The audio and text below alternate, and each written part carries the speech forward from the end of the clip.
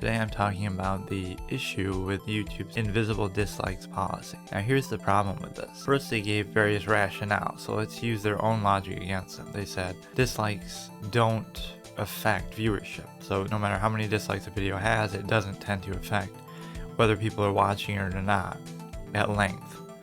Now the problem with that is, if that's true, then why remove them? If they don't play a key role in viewership by your own logic, why would you remove them? Then it doesn't matter. And if they do matter, they only matter in the context of people subjectively liking or disliking something. So people can read the comments, they can watch for themselves, make their own decision. It's a fairly harmless, innocuous thing, but it kind of shows you the bigger picture, which is big companies want the sort of consent and the praise, right? When people like something, sure, they'll show it on banners all over the place.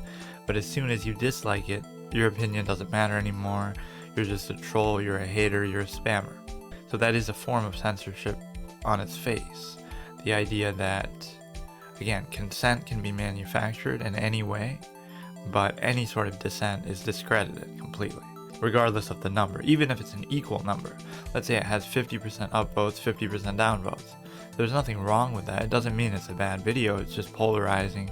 People may disagree with it. But I think what people, or at least I, am in favor of more is giving the user power, not the platform power, which is to say, if you as a creator want to disable likes and dislikes, and I'm sure people have said this, but you can disable them for yourself if it bothers you. But the platform shouldn't just categorically assume everyone's sensitive and just do that. That's a very dangerous thing. And it benefits, obviously, those who are getting more views to begin with. And again, the creator is the one who's supposedly being bothered by it. This is, again, from their own words, that it bothers creators, it creates stress for them. That's their only rationale, which isn't much of one at all.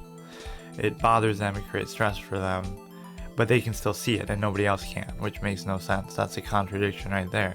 And furthermore, if you were concerned about that, if it really bothers you that much having a thumbs up or thumbs down on a video, maybe making videos isn't for you, and that seems like a cop-out.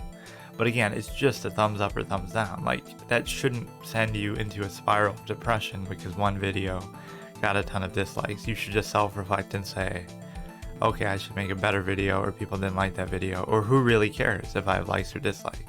I'm doing it because I enjoy it or because I want to. So how can this universal sensitivity be a new standard? I don't get that. So clearly there's more to it than that. It protects companies, it protects, let's say, even the government. You know, the White House videos were getting disliked like crazy. Now all of a sudden they're gone. So you'll see, oh, 2K likes, oh, that must be good. But it had 10K dislikes or something. So whether it be White House, whether it be corporations, you know, kind of using social issues in a way that people don't like the Gillette thing or whatever it might be. Now they can do whatever they want. You'll see the likes.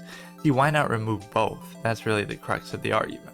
If you want to remove dislikes and say they're arbitrary and they don't matter, although they didn't even say that, but I'll make the argument for that. Remove both and then just let people decide for themselves if it's good and comment, right? It's such an arbitrary thing, thumbs up, thumbs down. So just get rid of both. But you want the consent, you want the affirmation and the positive ratings, which could boost companies' sales and such, but you don't want the negative. This is the sort of thing that would happen in a country like China if it wasn't already so far gone, is that, again, you're allowed to say positive things about the government, so you can talk about the government as much as you want. But as soon as you say something negative, now your opinion doesn't matter anymore. It's a very serious and dangerous thing that's represented here in a very simple way. Simple likes and dislikes on YouTube. And furthermore, what they're doing is they're criticizing their own idea. They've had this system for so long. So if it was really a bad system and it was unfair to creators, which it's not, then they've been wrong this whole time.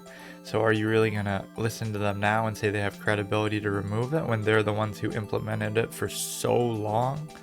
Think about how long this system has been on YouTube.